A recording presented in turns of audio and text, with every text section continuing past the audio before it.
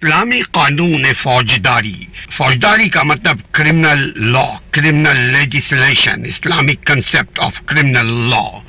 اسلامی قانون فوجداری کی ہر سزا انصاف اور حکمت پر مبنی ہے۔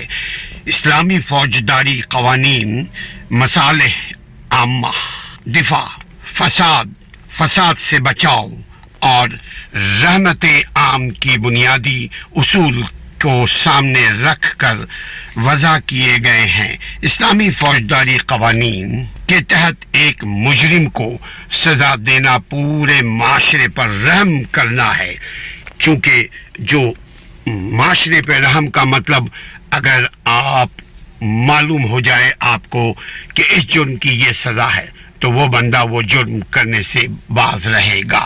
اسلامی فوجداری قوانین کے تحت ایک مجرم سزا پاتا ہے۔ مجرم کو سزا دینا پورے معاشرے، پورے سوسائٹی پر رحم کرنے کے مترادف ہے۔ اسلامی زندگی میں ہر فرد عمارت کی ایک اینٹ کی حیثیت رکھتا ہے، یعنی ہر شخص کی ایک اپنی جگہ اہمیت ہے، اور اپنی ہمت، اپنی قوت اور اپنی استقامت کے مطابق عمارت کی مضبوطی ہر فرد کے ذمے ہے۔